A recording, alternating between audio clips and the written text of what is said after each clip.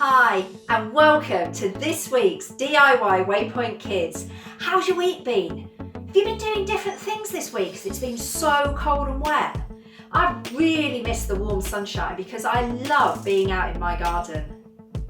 Last week we were thinking about how we are all running the race of lockdown and the race that is the rest of our lives. Did you think together about who or what you are looking at as you run?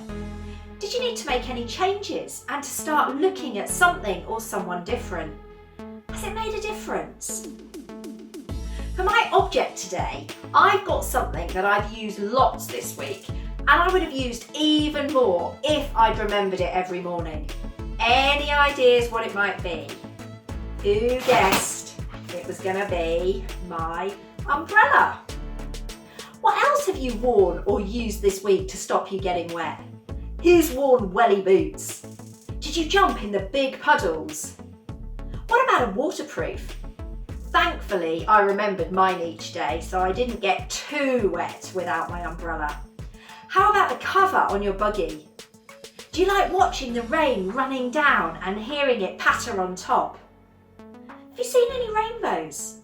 We had a big bright one right over the church on Thursday evening. So for our Bible story today, we're going to go to the Old Testament. We're going to go to 1 Kings chapter 18, where we're going to meet Elijah, who had already stopped the rain.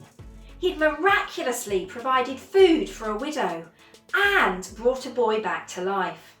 Now we're going to see him doing something absolutely amazing in a showdown with the prophets of Baal.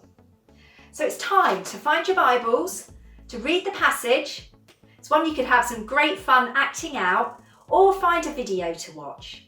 So pause me and come back when you found out what happened.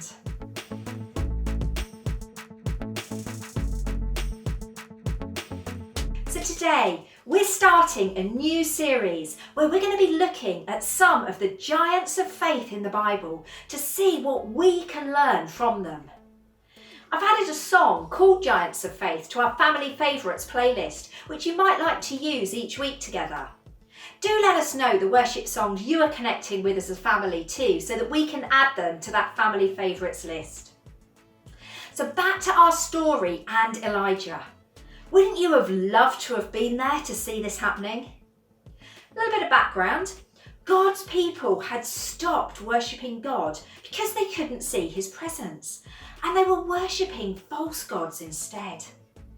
God had sent Elijah to help bring his people back to him and to show them that they can still believe and trust in him, even though they can't see him.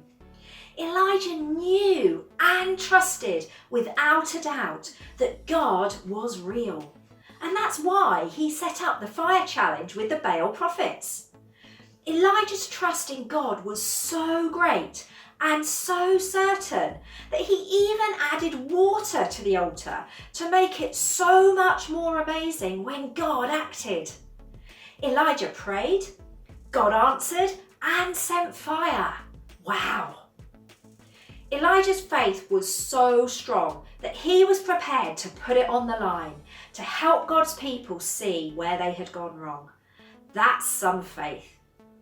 Elijah had seen God provide for him in many practical ways many times before, so he knew God wouldn't let him down. So, who wants to be a giant of faith like Elijah? What can we learn from him? Do we trust God completely, regardless of what is happening around us or what others are saying and doing? Are we willing to trust God for the outcome, or do we need to know what's going to happen first? So Elijah's lesson to us on how to be a giant of faith is to fully trust God, whatever is happening, and no matter what others are saying and doing.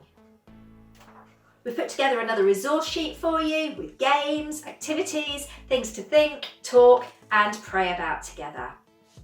Let us know your news and if there's anything that we can be doing to support you.